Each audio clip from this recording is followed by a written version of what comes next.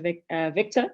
I'm saying Dr. Sasa and I keep on being like Dr. Victor. I'm giving all of us doctorates, right? Because we are like that knowledgeable in what we're doing. So handing over to you. Thank you. Can you hear me? My connectivity is a bit shaky because of load shedding. Am I loud and clear? I'm just checking. 1, 2, 3. Loud and clear, Victor. Go ahead. Excellent. Fantastic. So I'm just going to quickly open up with our background in terms of who we are and what we're all about. My name is Victor Vusumuzi. Good day, good morning, greetings, everybody. Even greetings to my mother. I believe that my mother is logged on and also watching. And greetings to everybody who's watching and following us. Thank you very much for this opportunity. And I wanted to open up quickly to give you a quick background about who we are and what we're all about, whereby 30 years ago, we began the Vision Communications Group, and this is some of the work that we've been doing for your government sector and your private sector. For your government and your private sector, we were one of the very few, if not only, 100% Black-owned advertising agencies who did a lot of big campaignable work, national campaignable work for Unilever, Mondi, as well as Trade Investment KwaZulu-Natal. This was obviously at a time when Black economic empowerment was still early, so all the organizations were still trying to understand what this BEE was all about. And much later down the line, I'm going to stop sharing and jump across. We are now focusing on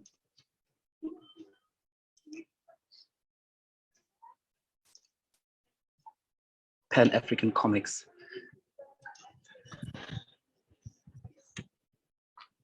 Whereby I'm a graphic and website designer who works with a team of storytellers, scriptwriters, and graphic designers and storytellers. Our main mission, our main belief and ethos is that collaborations move mountains and passion moves people. This is me, I'm a project coordinator. I'm an opportunity creator, whereby for me, it's all about reaching uhuru slowly, bole bole, with the people around you. I wanted to open up with 2 major points, whereby I feel that during my time, we're missing that knowledge about that shared identity in terms of who we are and where we come from. I wanted to share that I wanted to thank the National Arts Council for actually allowing us to use that t-shirt, that shirt that was there, which a lot of people assume it's an ANC shirt. In actual fact, it's a Pan-African shirt, whereby the actual ANC colors themselves were actually introduced by J.J. Scotter. And then a few months later, the red was changed to yellow. And then Marcus Garvey, 2 months later, took the very same flag and then he applied it for his Marcus Garvey movement. So we have this shared identity that we're actually not really conscious of in relation to our overall being.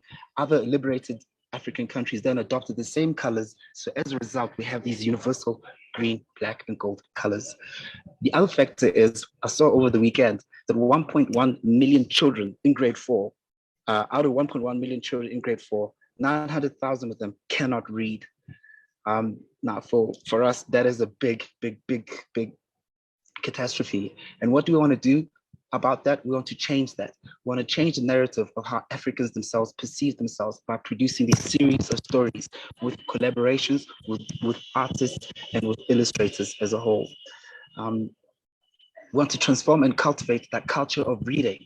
And thanks to the NAC, we managed to be able to produce the Day of Reconciliation graphic novel, as well as issue 2 for the Pan-African football series. We want to encourage that learn with reading and debating culture electronically.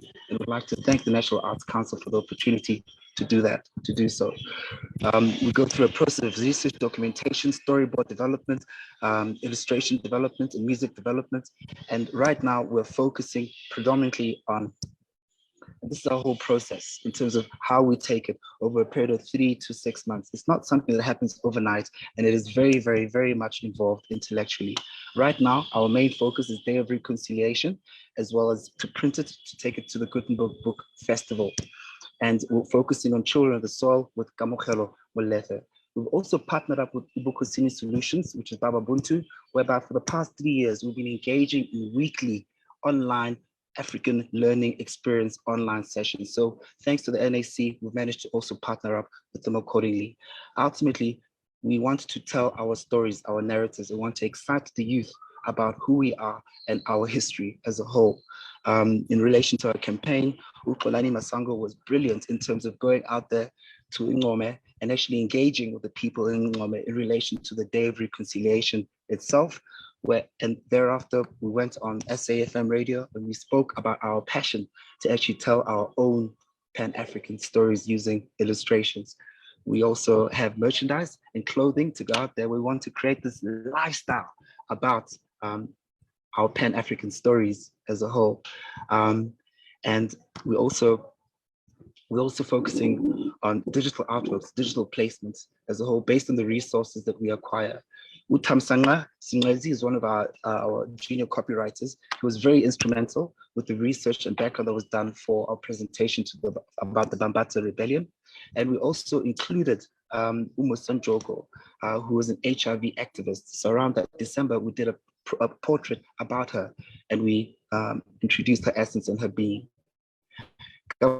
Is quite central behind our campaign, the development of our campaign. He is one of our youngest illustrators from Pietermaritzburg and KZN, and he's been very instrumental in terms of the foundation of the illustrations, whilst working with two other senior illustrators, one from Congo and the other one, well, they're both from Congo. One is in Cape Town, the other one is in Congo. Malume Mukan says his name, and Bad Art is his other name. Here's another illustration that Kamokhelo applied his mind on, and he worked with the senior illustrators to actually fine-tune and enhance his craft. Along the way, we worked on different page stories and layouts about the Battle of Blood River. We also introduced the component of Umkhonto weSizwe at the formation, which actually happened on the 16th of December, 1962, after the Sharpeville massacre. Bima Vianan Motian also did a presentation about Su Sanka Papua, who was one of the greatest golfers of his time. We did that thanks to the resources provided to us by the National Arts Council. And this is another example of the Ngome Museum, where we went out there and we engaged Nabantu to actually tell them about the origin of it. And this is all thanks to the NAC. So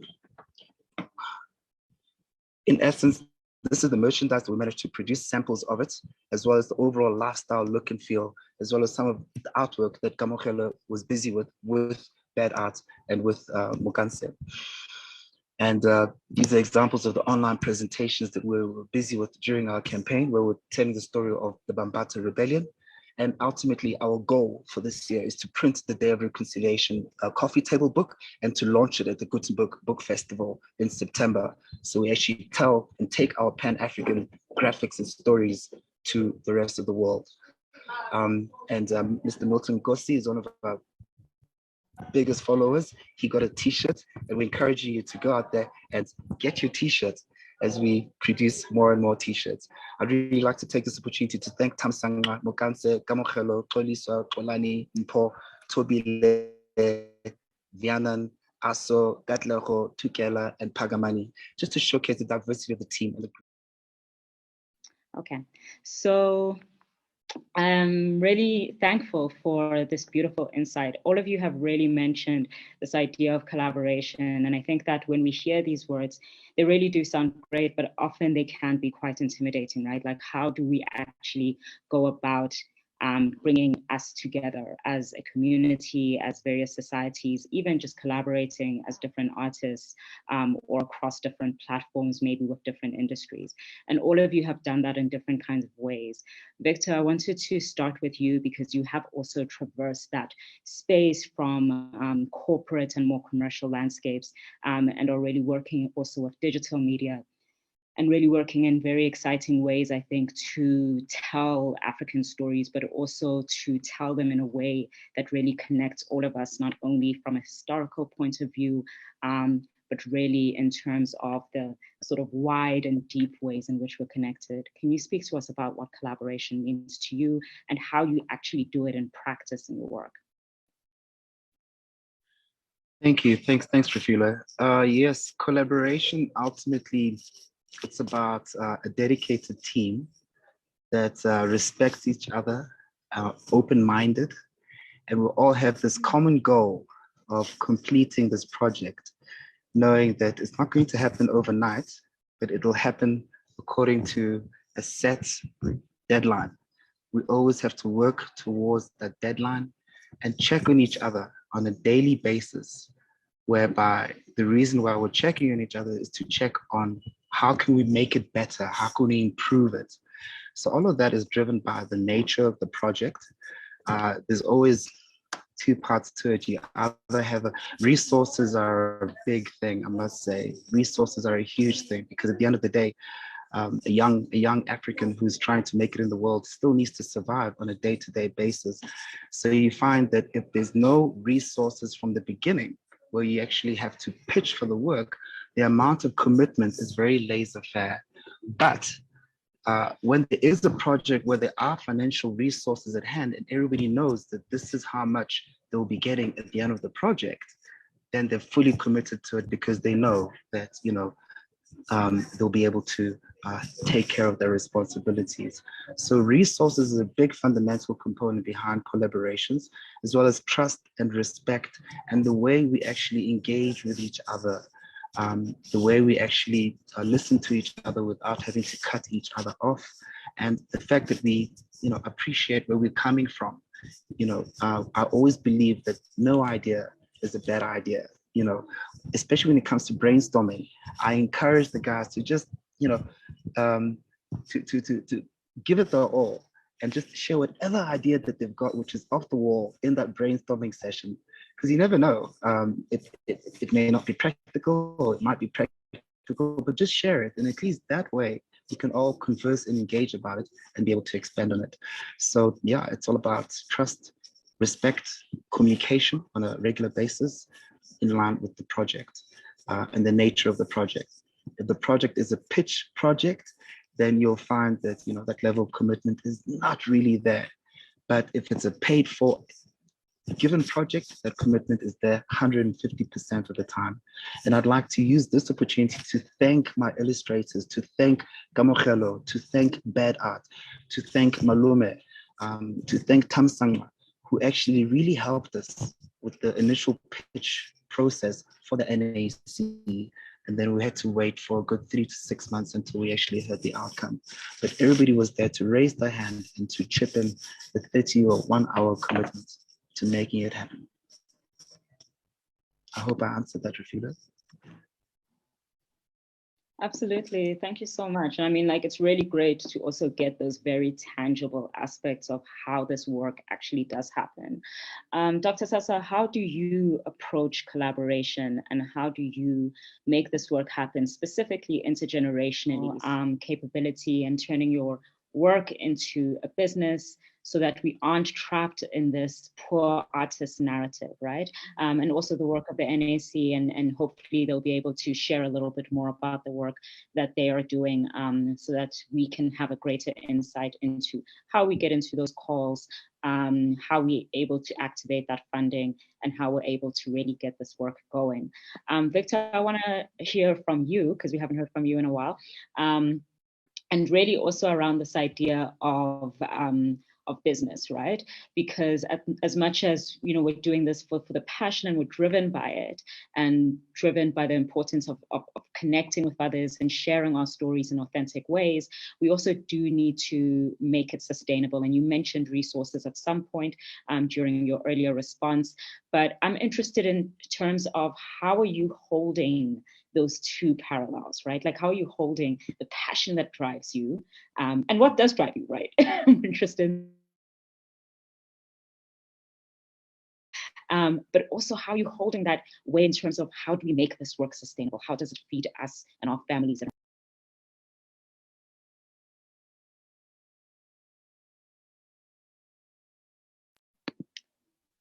So Victor, you're muted. Go ahead and unmute yourself and then we can hear you. Mute, there we go. Yes, it's all about the people around you and the people who you surround yourself with. I forgot to make mention of Kwabone Mohwe from Botswana, who is very passionate about lecturing and teaching young lighties about art and illustration. So as a result of that passion that the likes of GM, Bad Art, Malume, Kamohelo have, it helps to keep it going. And yeah, I must say there've been a lot of personal sacrifices as well that went behind it. But be it as it may, it's about seeing the bigger picture, seeing the big journey. I was just sharing some of Juabone's work, just to give an example of standards that we work towards. So the likes of Kamohelo has really adapted his artwork to get to that standard. And this comes again with that communication factor, that respect factor, whereby they interrogate the brief. And by interrogating the brief, they won't take things personally. It's a question of how can we make it better? So the sustainability, it's about trying to make a difference in people's lives, whilst knowing that there's going to be looking out for those projects, looking out for those opportunities, and appreciating that the responses are not going to happen overnight.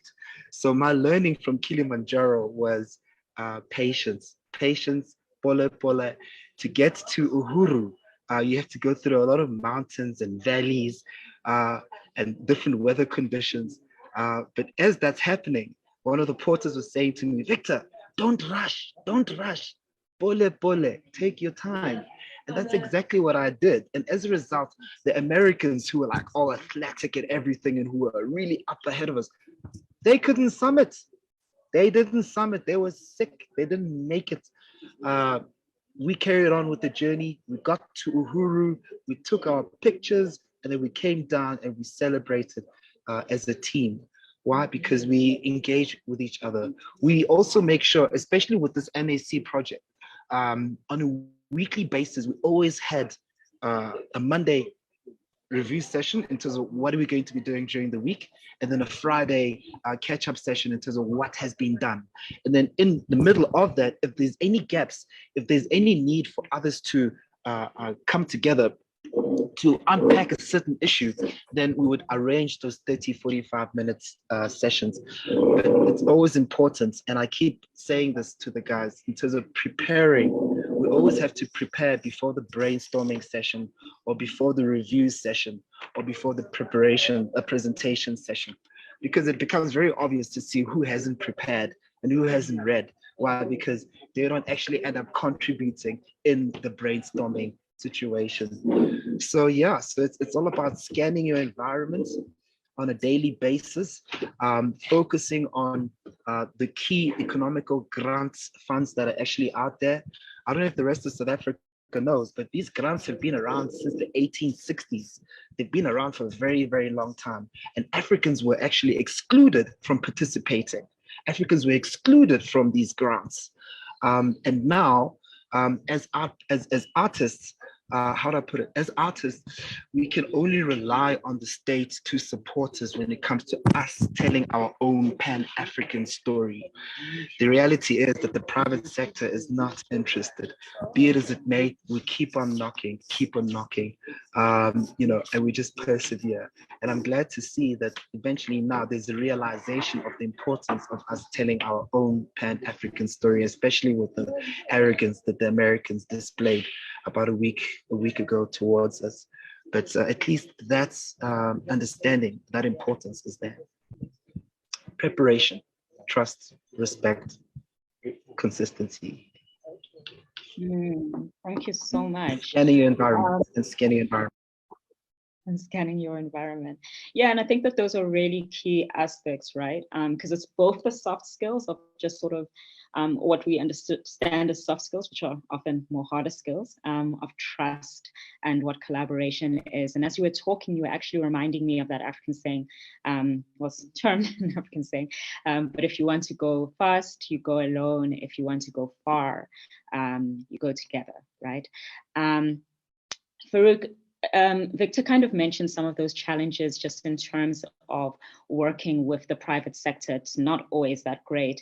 How have you managed to overcome some of the challenges, particularly around resourcing your work. So we know that collaboration is one way. Dr. Sasa mentioned working, and Victor mentioned working with the NAC and the various projects that they have funded. So government funding to resource the work. But how are you actively overcoming some of those challenges? And before you answer, just a reminder that you can ask questions in the chat function. We're also streaming this on Facebook, so if you want to pose your questions from that platform, if you're joining us from there, please do. We'll be scanning all of the questions, and in about 5 minutes, we'll open up so that we can hear your voice and you can ask the panelists questions directly. So, oh, I think Farouk is off. So, yeah, okay. So there are questions already from Facebook. So I think we can start taking them already right now so that we get a little bit more interactive time. So the first question that we have is, there's a question from Facebook that says that I need help. I've been tattooing and painting for 10 years now, yet I can't seem to get my work out there. How do I get some help? Victor, Dr. Sasa, any thoughts on this? 100%. Folks need help. Can I add on to that? Yeah. Thanks to the advent of the internet and social media, artists really need to put themselves out there on a weekly basis using social media on a regular basis. I would encourage that painter, that artist, to look at, I mean, a year is made up of 12 months. Look at how many collections he's got. If he's got, say, 20 pieces or 30 pieces, then what he needs to do is promote those pieces twice a week, on a Monday or Wednesday. But all he's doing is he's just repeatedly promoting his work with a narrative. And that way interest is created, because that potential buyer will then start making queries in terms of how much is your art piece? What is your process? Because they then appreciate the process of that painter. They appreciate the themes that that artist or that painter is looking for. So you'll find that that buyer might approach the artist to ask them to actually do their own paintings, or they might want them to actually approach them to buy their own collection of paintings. So I would really, really, really would like to encourage, put yourself out there. I know it's artists, how do I put it? Artists are not outgoing. And it's important. If you want to be recognized, if you want to be appreciated, you need to put yourself out there on all the different platforms, on Facebook, on Behance, on Twitter, on a regular basis, and follow and like people who are following and liking you as well, and get into engagement session with them. Whilst at the same time, as opportunity creators, they're also more than welcome to drop us an email on info@thevision.co.za, vision with a Z, or hello@panafricancomics, PAC2085.com, and share the portfolio with us. And we're more than happy to go out there and promote. So we're kind of like the middleman who's actually promoting that artist. So yeah, so Mike Tyson's career was how to put it, was fueled by Don King. I kind of regard myself as that Don King, where I recognize the talent, but we do not exploit at all. We're very transparent in relation to the worth of what it's going to take all the time. So they're more than happy to touch base with us, but the main thing is to put themselves out there. Thank you so much, Victor. Dr. Sasa, do you think, just to add a little bit more to that as well, we've spoken a little bit about collaboration quite a bit here today. So I think also what the panelists have shared is finding different revenue sources, but also different collaborative sources, right? So really looking and doing a kind of resource mapping is something that's really useful in terms of who is in my sector, who is in my community. If I don't have the marketing skills, maybe there's someone in my friendship circle or my colleagues who has that skill set and has that desire also to work in that kind of way. There's also a lot of resources when you do go on the different social media platforms.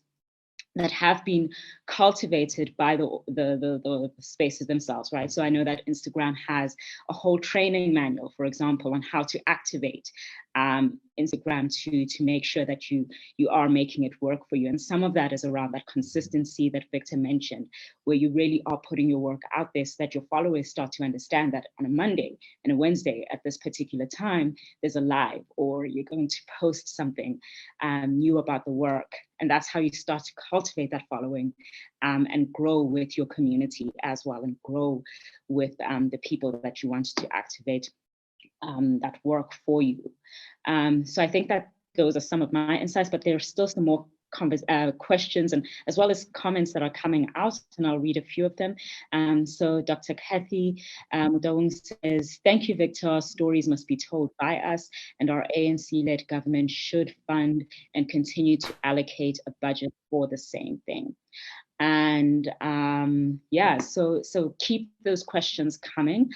I also have a question just in terms of how to start.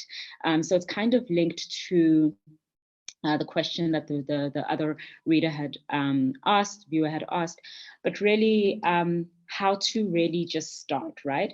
We know that sometimes success isn't going to come immediately.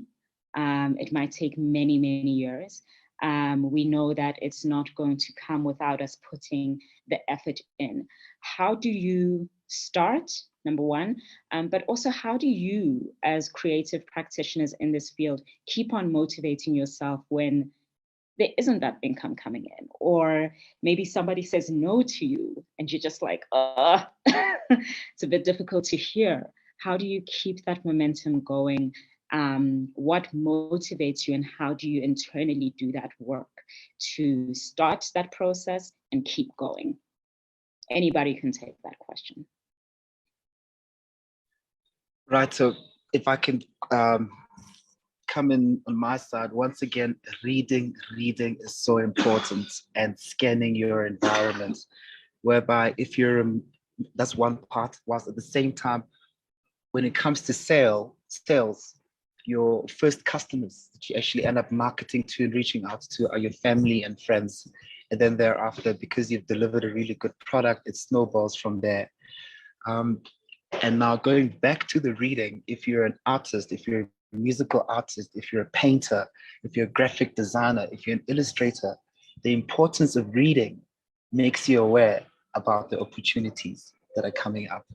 And this is as a result of, as a result of whatever the topic is that you're reading about, which you know you've got the skills for, and you can see the gap in opportunity as a result of that reading.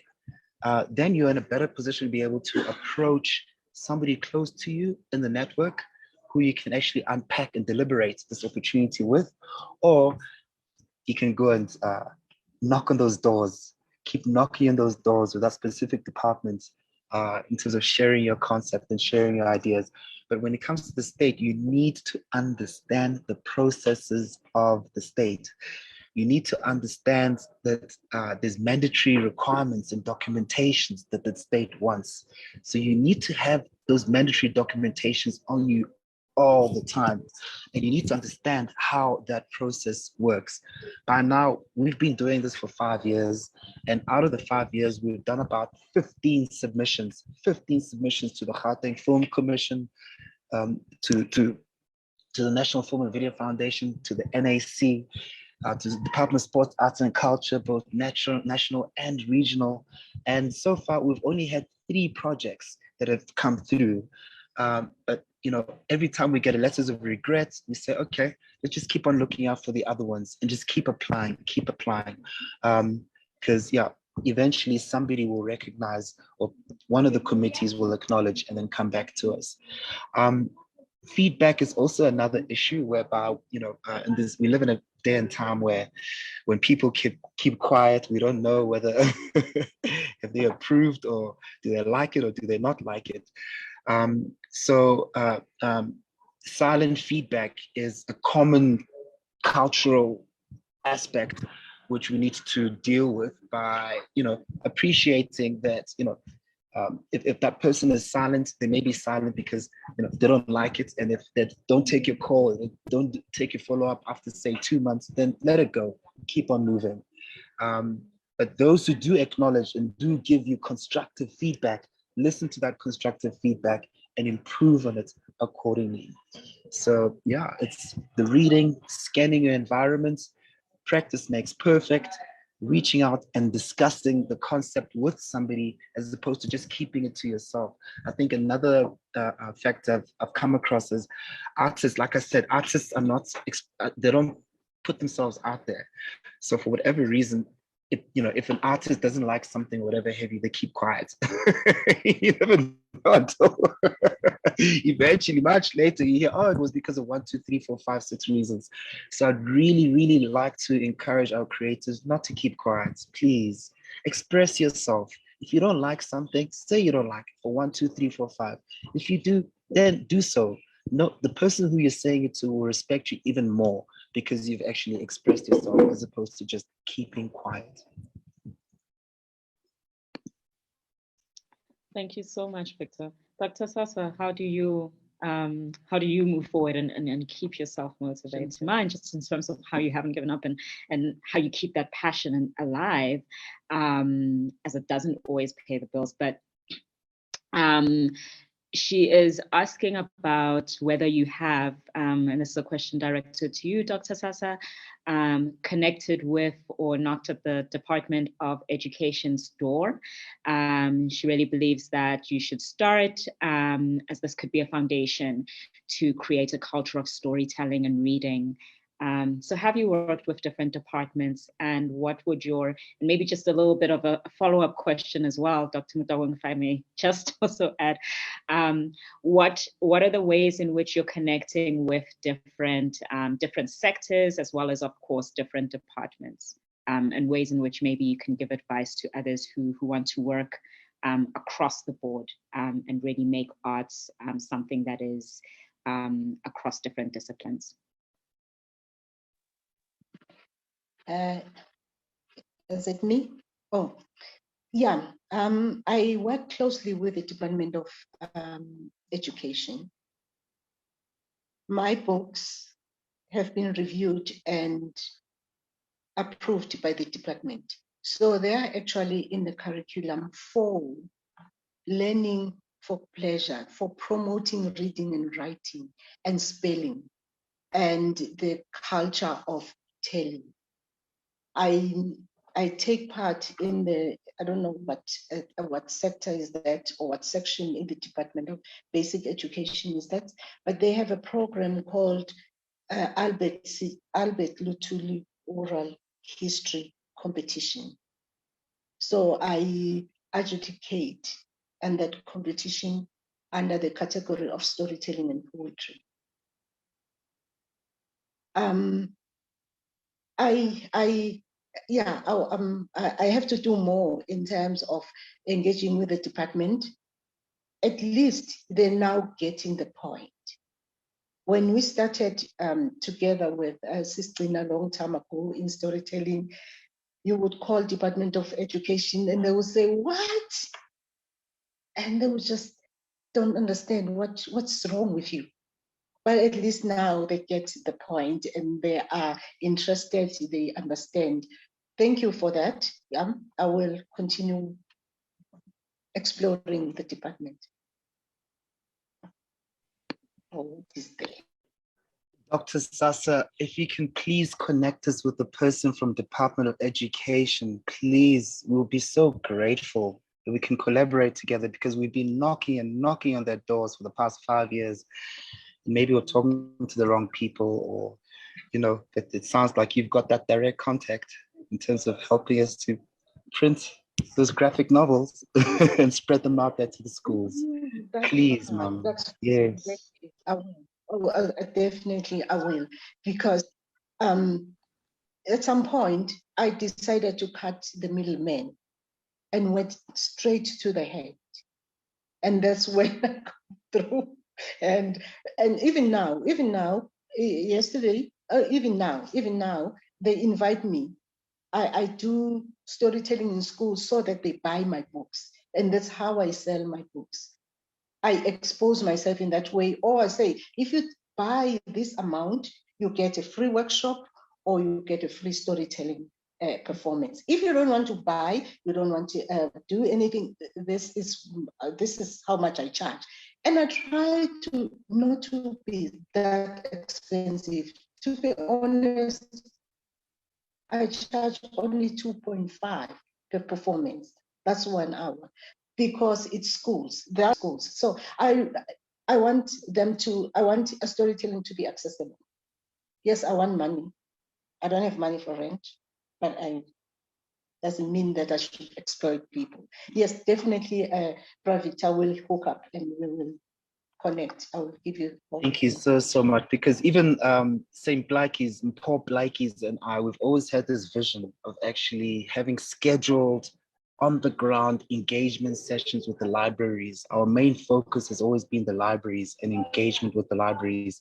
And the videos of what we saw in terms of you encouraging the kids to engage amongst each other, that was magic. That was beautiful.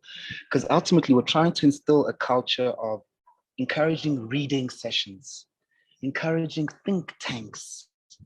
And as a result of those reading and engagement sessions, we're hoping to be able to get a better quality of the African child in relation to fully understanding the complicated matters of life around them. But this can only happen if we can encourage them to have reading sessions and engaging sessions to interrogate the content. And you are doing it beautifully at a very young age. Thank you. I love the collaboration that's already happening and the sharing of resources. I see also here, Dr. Mudong has also shared that the Premier of Gauteng makes things happen. So we will be knocking there as well at the Premier of Gauteng's offices and different premiers, right?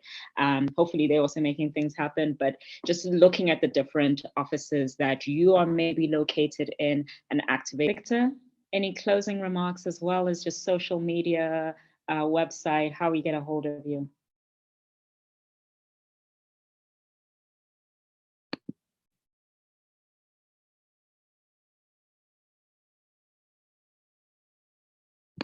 You're muted once again, Victor.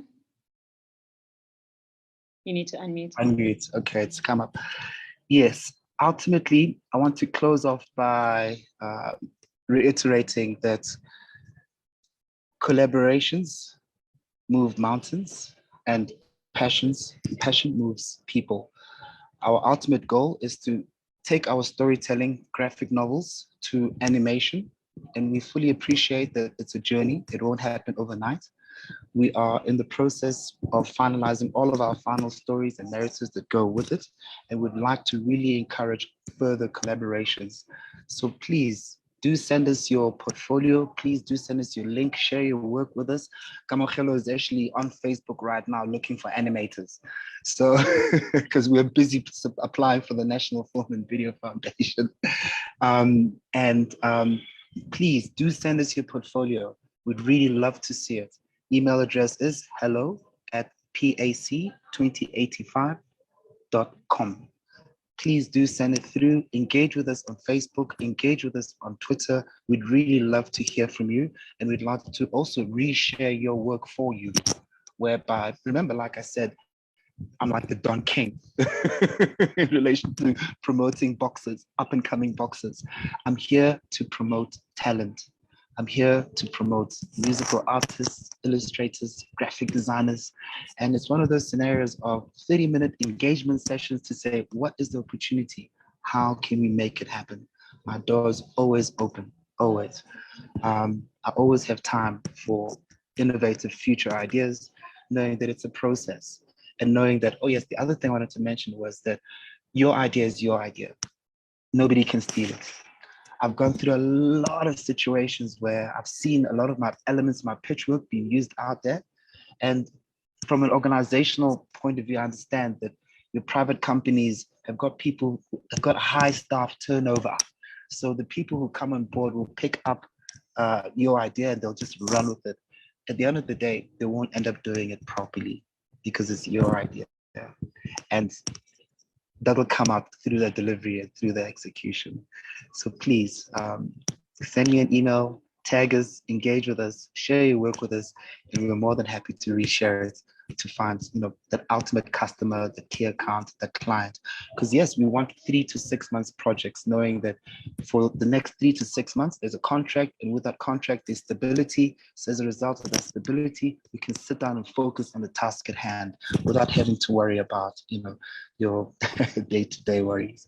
So yeah, I would really like to encourage those collaborations.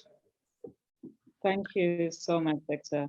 And also just to share Farouk's details as well. Unfortunately, you know, load shedding and various other issues, but you can contact Farouk Mohammed via his website, which is Afro-Arabian Empire. So Afro-Arabia Empire. Arabian, sorry, Empire, it's all one word, .com, or you can alternatively reach him on his mobile, which is 078 66, which I think we can